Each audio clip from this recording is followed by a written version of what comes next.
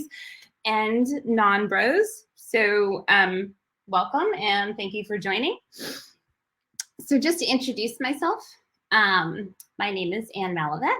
I have an undergraduate degree from Stern and a master's in computer science from NYU. And this is from another talk. So this is me, how I felt getting my master's in computer science. Let me just make this a little bit bigger. I've kind of felt like really beat up in every single class that I took. I was like, oh my gosh, am I going to make it through? Am I going to be able to finish this degree? And then finally, I think like my last two classes, I was kind of like, yes, I am going to finish. I am going to finish my degree and I can do this. So when you get your degree at NYU, at the Quran Institute, you do a capstone project. And so the class that I was in, there's different capstone projects. The class that I was in, there was real world situations. And one of them was like consuming an API and displaying it in a mobile app, which I had done professionally a lot. So there was one project, it was a real world project about building the minimum viable product for a blockchain application. And I was like, wow, you know, I know nothing about blockchain, but you know, I've been so beat up. I'm like, this is something I can do. Like, I can do blockchain too. Like, I might as well learn something new, take on this challenge. So cool. So I made an Ethereum app and put it on blockchain and deployed it and et cetera. And then I finished with my degree. So then that was my experience with blockchain. And then I'm not, anyway, so then why is this talk needed? So I've just come into a lot of conversations about blockchain, and I was in a lot of conversations where people were willing to explain to other people what blockchain is and cryptocurrency, and they actually didn't know what they were talking about.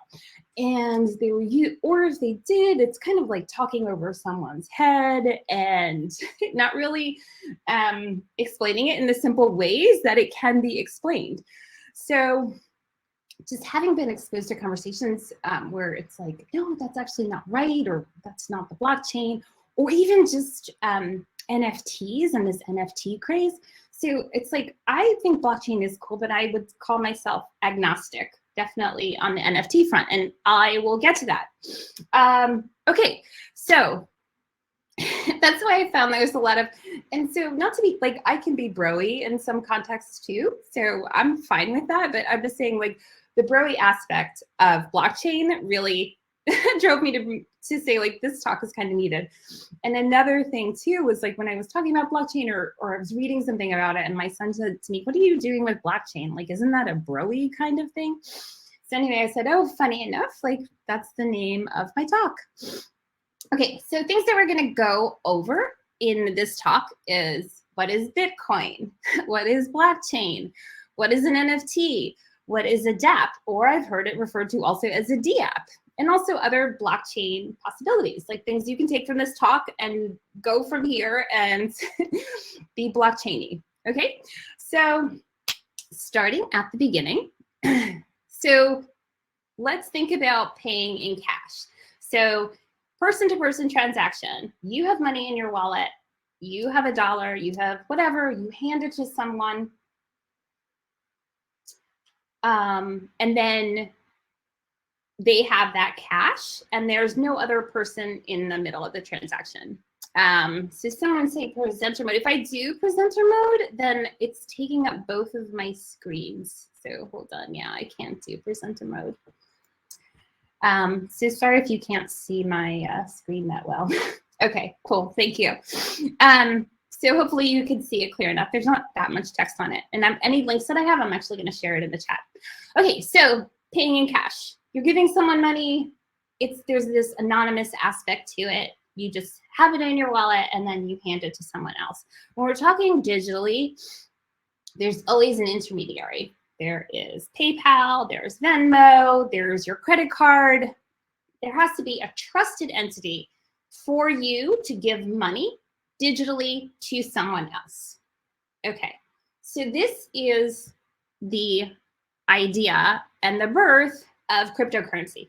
So you might have seen this person in the news lately. You could Google that on your own time, not in this moment. So anyway, there is a person named Satoshi Nakamoto, and it's probably a pseudonym. Like, this person was this mysterious person, never revealed, wrote a white paper, which is basically like an idea, a proposal, thank you, saying like, I have this idea. I can solve the double spend problem, which means like if you have digital cash, what's preventing you from copying it, putting it somewhere else? I have this great idea. The word blockchain is not mentioned in this paper, but I have this great idea on how to have digital money, and we don't have to have intermediaries. We can be totally online and exchange just like I'm giving you cash. That's the idea of Bitcoin. So Bitcoin, it's digital currency, right? So bit. So what is a computer made up of? It's bits. It's zeros and ones. So that's the idea. Haha. Bitcoin, digital money. So this is its own entity. It's like American dollars or American dollars. Bitcoin is its own money. Bitcoin is only exchanged on the Bitcoin blockchain. So that's separate. So blockchain is something separate. Bitcoin is Bitcoin. Blockchain is blockchain, and it's via encrypted wallets. So how are we? So I have my money here in my wallet with cash in it. No, I have my encrypted wallet, and I am sending you Bitcoin to your encrypted wallet. How am I doing that? This money is exchanged on the blockchain. So that's it, digital cash, person to person. I'm giving you money. I'm giving you my own kind of money that's on the Bitcoin blockchain, right? So say this is between me and you. So we have the origin block, the beginning of any blockchain. There's an origin block, right? The only thing that's on this block in the Bitcoin blockchain are transactions. So we're in our own digital world. I have my wallet that has money in it. I paid Nan $100, Stan paid Han $50. These are all transactions that are on this block. This is the first block. This is one block in the blockchain, and then it has a locking hash at the bottom. Okay, so we have, this is the first block of a blockchain. What's on that block when Bitcoin at the beginning of it is just all these transactions, these encrypted transactions describing, so I don't have any physical money, but what we do have is a record of how much money I have. And all of these transactions are exchanged and all visible on this ledger. So my wallet is anonymous. So we're gonna go, if you don't have a wallet, I want you to get it by the end of this talk or soon after. Your transactions are all public. Your wallet address is public. And all these transactions are live on the blockchain, and they're living on the blockchain forever. So just to like get it in your head too, a Bitcoin block is 1 megabyte in size. So when you're thinking about blocks, you're like, oh wow, so one block is only holding 1 megabyte of transactions. So I have my wallet, my transactions are all public. So how do we know that these are all valid? So everyone can see these transactions on the blockchain. So a little bit about encryption. And so this is not my idea. This is something that my security professor taught me about. So say I have person one, and I have my private key that I don't share, my public key everyone can see. My personal signature is orange. So for every transaction that you see of mine is orange. So pretend these are numbers. If you can see my public key, that's for me to share, and that's for us if we want to do encrypted exchanges. But you won't know my private key. You don't know that I have red there. You can easily identify that, oh, that's orange. Her public key is yellow. But if you think about the myriad colors in the rainbow, for this specific shade of orange, you don't exactly know my red. But even for numbers, it's just way more, the combinations are way more infinite or impossible to break. So this is my wallet. I have my personal signature. I have my private key that I don't share, that I don't want to share with anyone. My public key is visible, but my signature, it's hard to crack, but easy to identify. And that's a really important part about encryption. There's a video online that you could see something like this, but it's like, It's the easiest way that I found to understand encryption. Your private key, you never have to share. Yeah, and then when you're talking about two people end-to-end encryption, that's when those two public keys are combined, and that makes another individual color. Anyway, that's a sort of a side note about end-to-end encryption, but this is encryption in colors. My private key, no one knows, easily identifiable though in the public that I signed it. So that's important when I'm signing my transaction. Everyone's gonna say, I'm person one, I'm whatever I am, this wallet, this is my signature, this is coming from me. So this cryptography is used to guarantee and prevent this double spend again. So I can't just like say, you know, I have this amount of Bitcoin, I'm gonna just spend it over here. These transactions are permanent.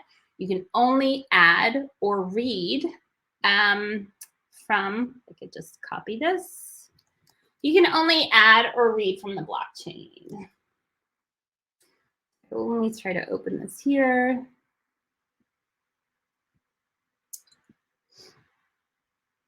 So if you go here, you could see, if I can just move, no, I can't move my screen over here. I can't share. This is big, hold on. I'm on, so this is here. Now I'm like, oh, wow, we're seeing these latest transactions. Let's see here. Okay, this one is for 8,000. This one is for, oh, that's for 5 million. Oh, I just missed it. Okay, here, latest transactions. Let's go on. Okay, so we're looking on the blockchain and we're like, oh my gosh, this is this hash. This is, again, it's this hash that's locking this blockchain. And then we could see this is this address. Like, wow, like this was just, was that $5 million? And maybe I clicked the wrong one. Anyway, so this one is, this is not $5 million. But anyway, you can see the ones that are, this one's 40,000, that one's 34,000. So I'm clicking and I'm seeing like, oh my gosh, all these transactions happening on the blockchain. This is what address it's going to. I mean, that's sort of a hacking risk right there too. So it's like you have to, that's one of the problems. Like you have your anonymous wallet, but just like cash can get stolen. You could also read about all of these other situations. If you don't have a secure wallet, your money can get stolen, like cash can get stolen. So this transaction is $34,000. Here are the addresses. This is where it lives forever on the blockchain. Okay, let's move on. So that's what a blockchain is. There's not only the Bitcoin blockchain. I can make up my own blockchain. There's public blockchains. There's private blockchains. This is a blockchain is a database. The data it contains is held on the block. You can only read and write to it, and it's stored on many nodes, right? So let's look at this other picture I have here. So we have that ledger, that original block, and it's distributed because all of these people have this ledger on their computer. Okay, everyone knows it now. So if I'm gonna change this or someone's, it's like distributed, all this redundancy makes a lot of its, the durability is very high for a lot of reasons, but for one reason is also like, okay, we all have a copy of the blockchain. If I'm gonna interact with the blockchain, I can download the entire thing right now. The history of it is forever. Okay, so we have our origin blockchain, but now the problem is we need another block. We need another block because there's 1 megabyte of transactions. So the steps are, I'm sending you some money. So I'm pressing submit. I'm submitting this transaction. The transaction is validated from one of the nodes by saying like, okay, Anna's enough money, Anna's enough Bitcoin to sell it, send it to Stan. That's a valid transaction. Then it's going to go into a pool. And then these miners, so you talk about blockchain and mining. When you're interacting with the blockchain, you don't even have to know what mining is. You don't ever have to mine any Bitcoin. It's just kind of like knowing how a database would regularly work or how it's adding data to the database. You don't necessarily have to know that. So the miners, they're going to find the new block and they are going to add it to the blockchain, and that is when the transaction is complete, right? So now we have another block. So everyone has a copy of this block. the miners found a new block. We'll talk about that in a second. And these new transactions, this locking hash, one is connected to the other. So then on block 2, from the pool, the miners, these transactions are valid. The miners that found the new block, they're adding it to the blockchain and they're locking it. If any data changes within that blockchain, and you try to change it, the block is broken and you're no longer a valid part of this. You're no longer a valid node within all of the blockchains. So I'm not going to go into this, but you hear a lot of talk about this now, especially because it's like, oh, like the power that it takes and what's a better way to add a new block. So there's proof of work, proof of stake, Byzantine Empire, general talk. There's all of these different methods. There's like known entities, proof of, anyway, so there's all these ways that you can come up to a consensus to say, because it's distributed, so within all of that distribution, you have to come up with a consensus on how we're going to get a new block. Okay, so how are we going to get a new block? This is a super cool, it's kind of like an example of what it's like to mine a new block of blockchain. And I'm going to bring that up on my browser if I could do. So this is a block of data. This is one of the blocks. We have all these transactions listed here, right? So this is my transaction. So this is the hash that I'm trying to come up with. So basically, like for the Bitcoin blockchain, you have to do proof of work. And you have to come up with the nonce. Nonce stands for number used only once. So for Bitcoin, your hash has to have something like a lot of zeros. So this is a problem that is like, how do I find, so I'm pressing mine right now. So this is mining for me automatically. I'm doing my mining and I found the nonce that is going to give me this hash that will satisfy the level of complexity that I need. So you need a super high level of complexity to find the nonce that you can add to the blockchain in Bitcoin. Why? Because all of these like warehouses, thousands and thousands of dollars are used to mine these blocks. So why are they doing this?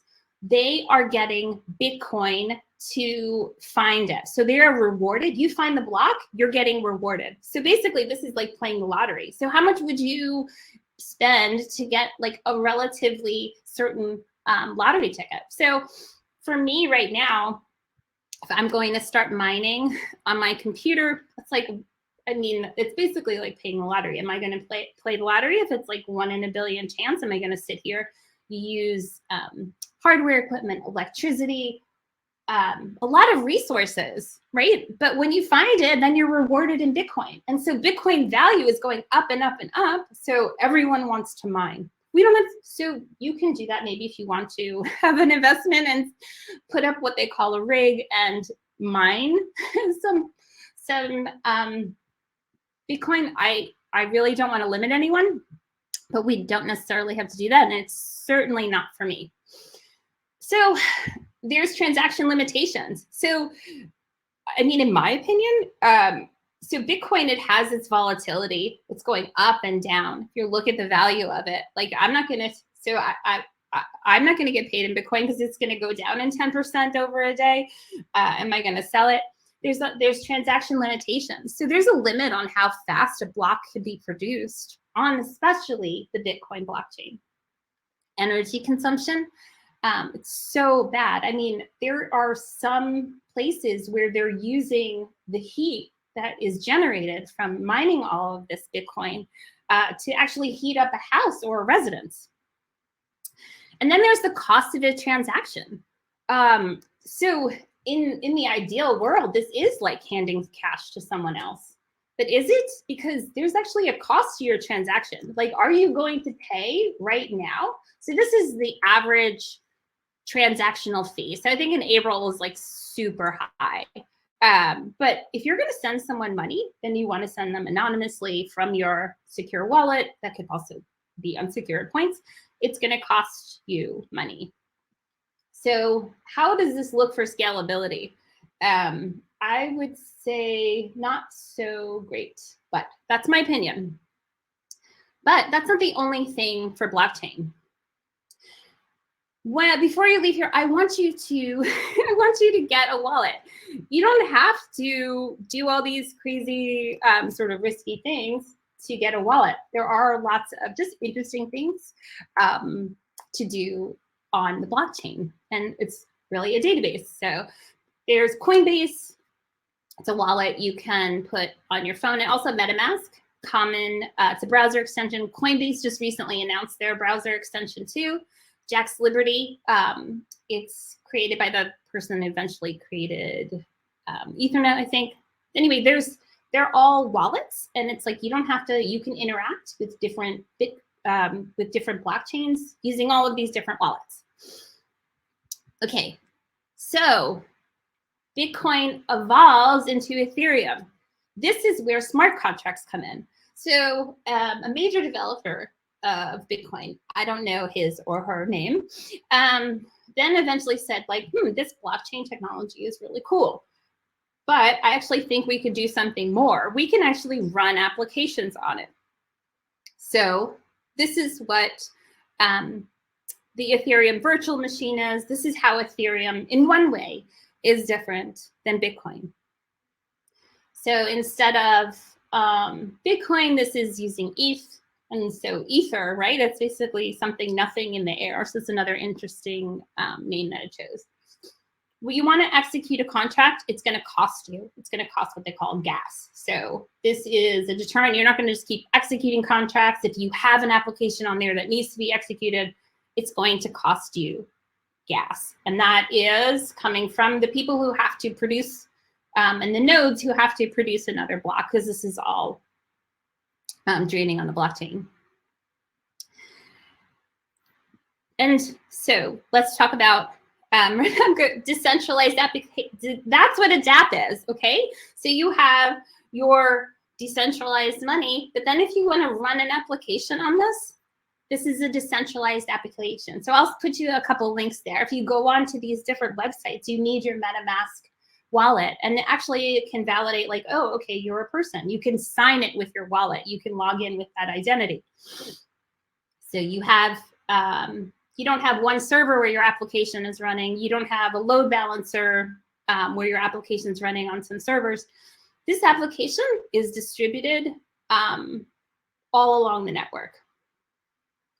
So Truffle is one place to start for development on that. I have some links at the end, but I want to talk about NFTs because we promised we would talk about that. So NFTs, buy and sell digital items, digital ownership.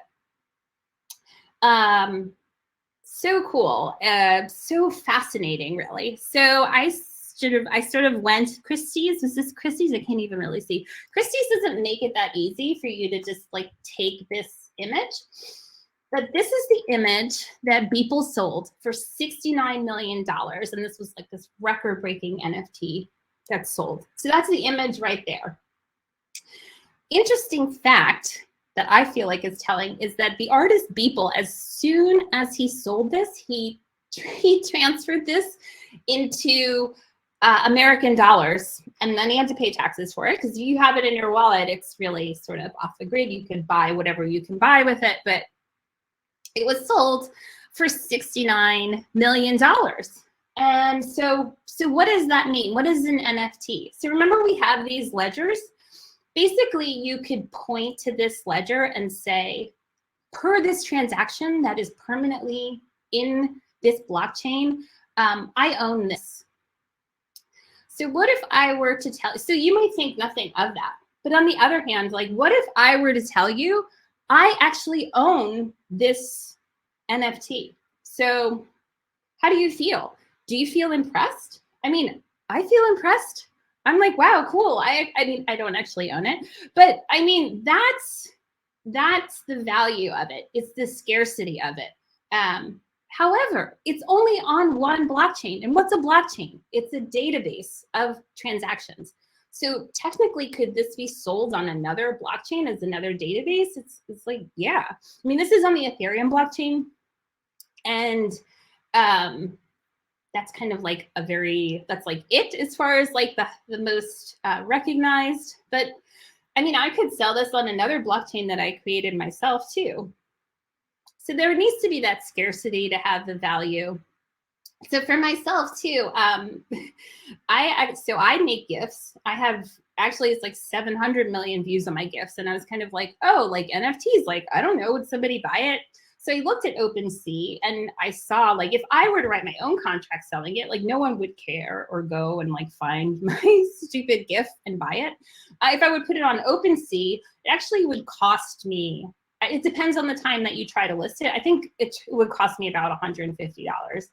And I don't know, I'm kind of not into that either. But anyway, it could be valuable or it could not be valuable. I mean, personally, I really question it because it's like, are you impressed with an NFT or are you not? I'm gonna skip over this one. So there's this really cool, because I personally like art, just like visiting museums myself. There's this really cool documentary. It's called The Price of Everything. And it's specifically about art. So there's this man, Stefan Edlis. He owns hundreds of millions of dollars of art. Delete this here. And he owned this original Andy Warhol called Liz. And an interesting thing about it was he gave away Liz to the Chicago Art Institute. And then he missed it. So then he bought a poster of Liz and he hung it on his wall. And he was kind of like, you know, it looks just like the real thing. So that made me think like, oh, like what's the value of even owning, this guy owns hundreds of millions of dollars of art. Like, so we even put value on having the real thing when actually a poster is really just a fine replacement. So maybe NFTs can be really valuable. Like maybe this will hold water. Maybe if we have a metaverse and then my name is under the NFT that I own, that would make me feel like, wow, that's really cool. There's scarcity to that. I would put value into that. But maybe not. I don't know. I mean, it is real in a sense, like Sotheby's does auctions on it and people are making money from it. And it's not only art that can be sold, right? You can buy virtual land. You can buy music. There's real value in your video game add-ons, like not for me, but certain people like putting on different skins. Travis Scott sold skins, and that's like, wow, really cool. That's a digital asset that like I can show off when I'm in my video game, and people pay a lot of money for that. So there's value in that. You can also create these contracts where it's like I sell portions of my art. I mean, there's all, so the limit is your imagination as far as like what you can create a contract for. I mean, speaking very narrowly about owning an NFT token on a blockchain, that's something different. So that is that. I'm running out of time, but I want you to do something on the blockchain. There's another blockchain. It's called Rweave, and it's supposed to be the Wikipedia of blockchain. It's just like keeping track. It's going to archive everything. You can mine on the Rweave blockchain. You can host a Ethereum node using Geth. You can collect crypto kitties. This is sort of a game, but it's not a game because actually those kitties are very expensive. You can start to develop something with Truffle. So there's a Truffle suite there. You can just download it. There's example contracts. And so if you want to execute, some contracts, you can get money from a faucet. And so when you're playing around with this, you don't have to execute it on the main. You can execute it on all of these like test networks. And so that's how you should do some development. I am running out of time, but I'm here, I think, for a couple more questions. I think that's my time. I think I'm supposed to go for a half hour. But anyway, yeah, so get a wallet, talk about blockchain. And yeah, like we're all here for the conversation. Thanks a lot. Thank you, Anne. So now we're going to talk question in the chat. So just put your question in the chat and Anne will answer them. Cool. Yeah, if I can answer them. Oh, I mean, yeah, so Rinkeby faucet, it's easy to get. It's kind of like you have to post really on Twitter or something like that. How can you tell if a new blockchain is valid or trustworthy? I don't think you can. I mean, don't put any money in it, I would say. You know, a new, so I don't know if you want to, I don't trust, I mean, putting money into any of them. I don't know. Cool. I don't know if there's any questions.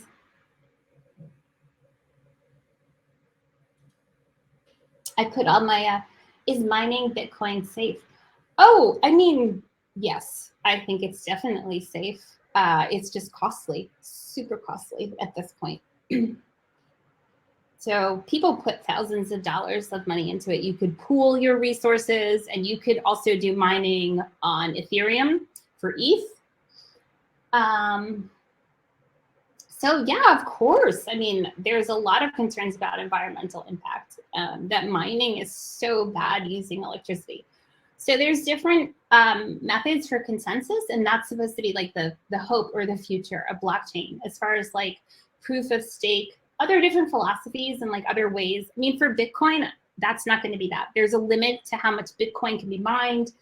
That is something I don't think is going to be going away. When all of the Bitcoin is mined, then I feel like the value and the mining, it's not going to happen. Only the transactions are going to have to be validated. Ethereum is going to move on to proof of stake instead of mining. Are you excited, or what feelings are you having about the possibility of Bitcoin? I'm just here to read about it. I'm very like risk averse, so I love watching and knowing about it and talking about it, but I'm not like investing much, I would say. So is the hash computed using the data? Yes, it is computed using data. If there happens to be a PII in the data, like names or even medical information, yeah, so right, that's a really big concern, Marissa. Like that data, what you put on the blockchain is public. And it's immutable, it's there. So I mean, you put something on there, you put the wrong thing on there, that's it, it's a public database. Are there any accessible ways to mine crypto? Personally, I do not mine anything, so I don't really know, and it would depend on the blockchain. Have I ever thought of loop ring? I wonder how it reduces the gas fee on Ethereum. How would this affect Ethereum's moving to proof of stake? So I don't know about loop ring. Is it another tool for executing contracts? I don't really know. And so I don't know about loop ring. I know that people pool their resources to mine. Oh, do I have any book recommendations? Honestly, the book, so it's so hard because everything changes so fast, but I've actually liked Blockchain is for Dummies. And there's a lot of information online because it changes so fast. I would recommend going to Truffle if you want. Let's see, are there any current or upcoming non-cryptocurrency applications of blockchain you're particularly excited about? I don't know anything about it. I think I told you everything I know. But if you know of any, oh yeah, I think I have my email at the end, my thank you. So yeah, I'm on Twitter. I'm also on LinkedIn. Just find my name. My Gmail is that. Yes, I'm open to connected on LinkedIn. Absolutely. We had one question from Jeremy that was skipped. Oh my gosh, I'm sorry. It's okay. Could the blockchain ledger get too big in terms of file size after enough time has passed? Oh, I'm sorry. Could the ledger get too big? So there's a limited size on, so the block is the ledger, right? And so that block is a limited size. And that's the only size of a block that can get, so you would add another block if you need more, to put more transactions on it. Oh, and so the blockchain itself, oh my gosh, yeah, it's only growing and growing and growing. So that's another sort of environmental concern, right? It's like you have to store all of this on this many nodes. So the redundancy is there. And it's like you're taking up all this disk space and all of this nodes. So the ledger, so it's constantly growing. And when is it going, you know, it could fork, but that's part of the blockchain. It's like to be a full node on the blockchain, you need every transaction from the beginning.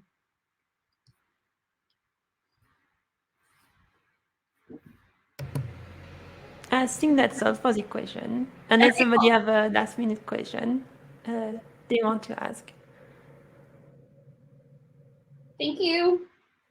Okay, well, thank you very much, Anne, and thank you everybody for, oh, actually, we do have one question. Once you became an invalidated node, can you become validated again? Yes, I don't think, so like there's not, if you're, I don't think that there's like, you're not marked. I mean, what are they gonna mark? Your IP address? You can get a new IP. In my mind, I don't know. I think that it's not, it's, you can't necessarily like add another block to the blockchain unless you have the right, like you have all of your other blocks in order. Cool. Yeah, I think we're done for this session. Thank you. Thanks, everyone. Thank you, everyone, for coming, and don't hesitate to check the other session. We also have some networking feature as well as the expo booth on this side in Open, and I hope you get to enjoy the rest of your time. Thanks, Jessica. Thank you so much.